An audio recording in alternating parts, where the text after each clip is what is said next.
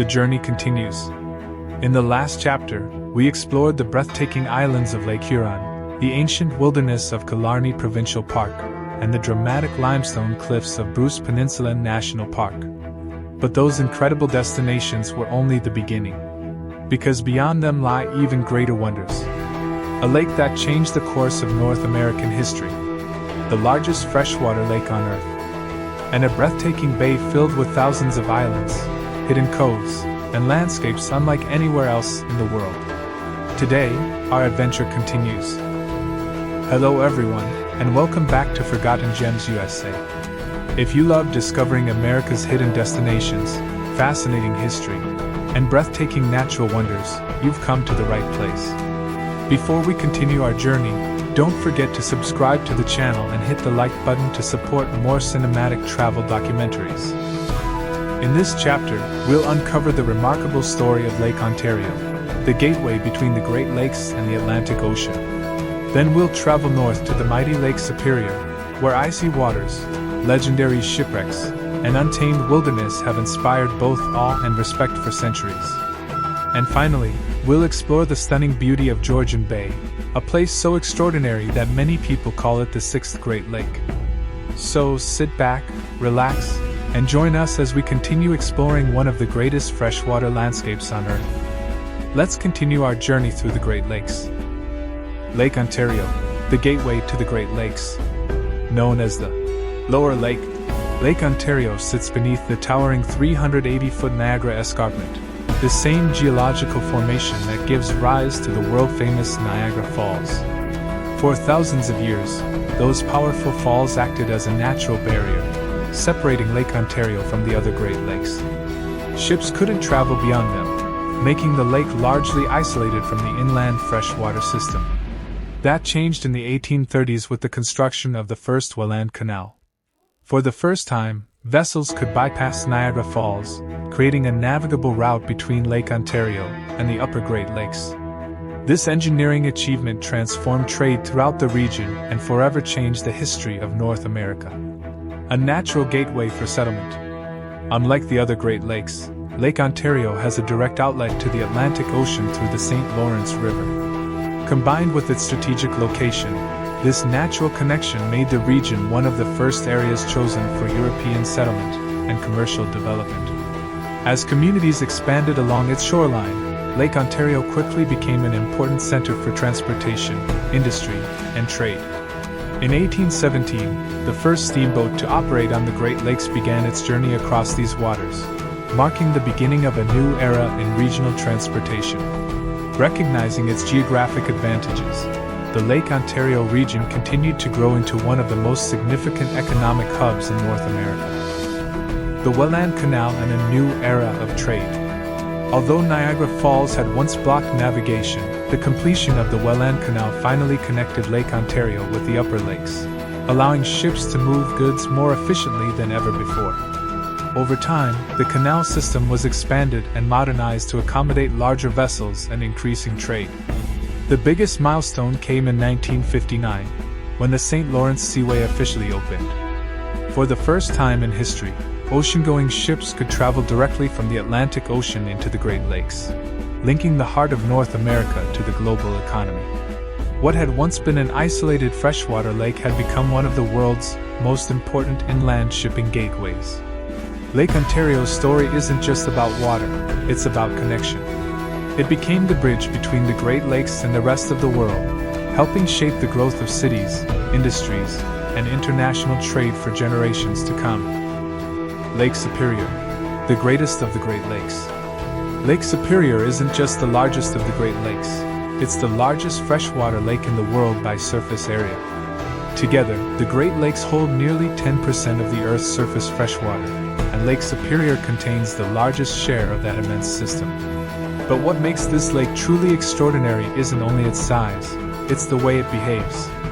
A single drop of water entering Lake Superior remains there for an average of 191 years before finally flowing out through the St. Mary's River into Lake Huron. Few lakes on Earth renew their water this slowly.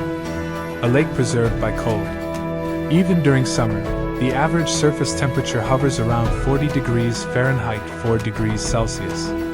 Deep below the surface, the water remains even colder. These freezing temperatures prevent the bacteria responsible for decomposition from surviving in the deepest parts of the lake. As a result, hundreds of shipwrecks have remained remarkably well preserved for generations. Today, around 350 known shipwrecks rest on the bottom of Lake Superior. Many of them still look almost exactly as they did when they disappeared beneath the waves. Among sailors, that mystery gave rise to a haunting saying: "Lake Superior never gives up her dead."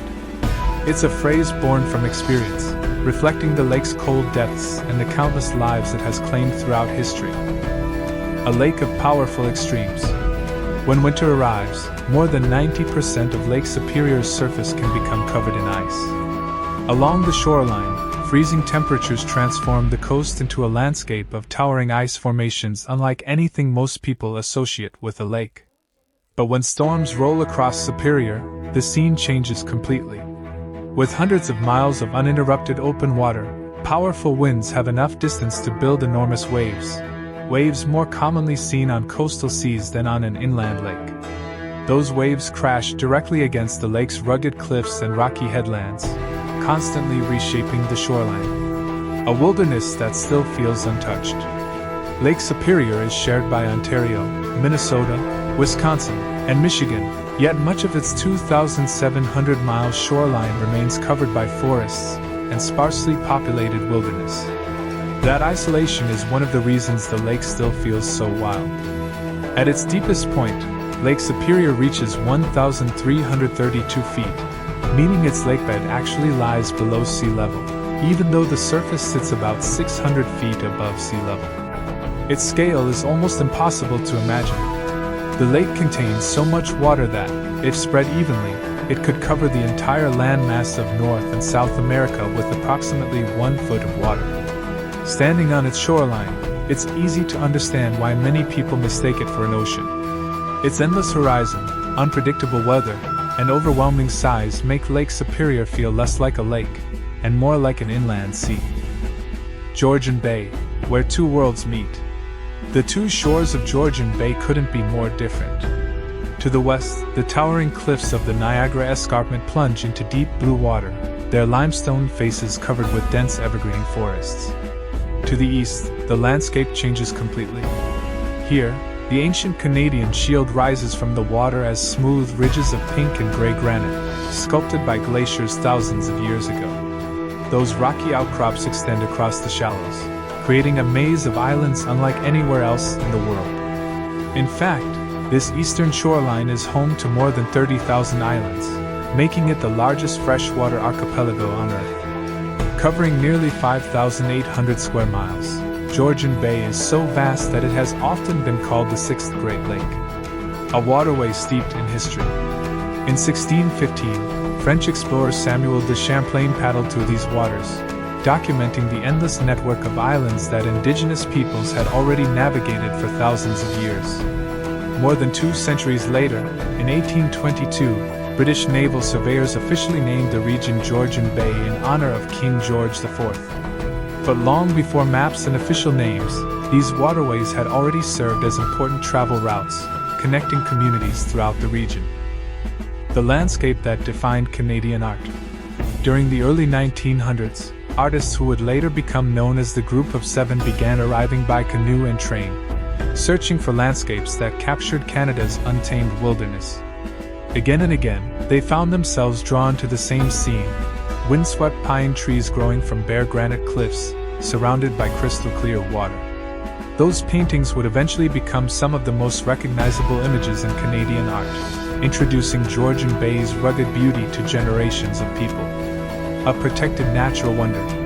Recognizing the area's exceptional ecological value, UNESCO designated Georgian Bay's eastern archipelago as a biosphere reserve in 2004. The protected region spans nearly 347,000 hectares across more than 200 kilometers of shoreline, preserving one of the most remarkable freshwater ecosystems on Earth. The granite that forms these islands is part of the ancient Canadian Shield, among the oldest exposed rock formations anywhere in the world. Because the islands sit so low in the water, The boundary between land and lake often seems to disappear when viewed from above. During summer, the shallow channels glow brilliant shades of turquoise over pale granite, while the deeper passages fade into rich sapphire blue. It's a landscape shaped over billions of years, one that remains almost exactly as nature created it. As another chapter of our journey comes to an end, one thing becomes impossible to ignore.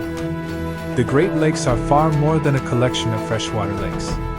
They are a world of history, natural beauty, and extraordinary places that continue to amaze everyone who explores them. Today, we traveled through the historic waters of Lake Ontario, witnessed the immense power of the mighty Lake Superior, and discovered the breathtaking beauty of Georgian Bay, a place where thousands of islands create one of the world's most remarkable freshwater landscapes. But our adventure is still far from over. In the next chapter, we'll uncover even more of the Great Lakes' hidden treasures, from colorful cliffs shaped by millions of years of nature and remarkable island landscapes to unforgettable destinations that few travelers ever experience. Some of the most spectacular places in the entire Great Lakes region are still waiting to be explored. So, if you enjoyed today's adventure, don't forget to like this video, subscribe to Forgotten Gems USA, and turn on notifications so you never miss the next chapter of our journey. Thank you for watching. Until next time, keep exploring, keep discovering, and never stop searching for Forgotten Gems USA. In the next chapter, we'll explore towering multicolored cliffs, the world's largest freshwater island, and a breathtaking chain of sea caves that transform into a frozen wonderland every winter.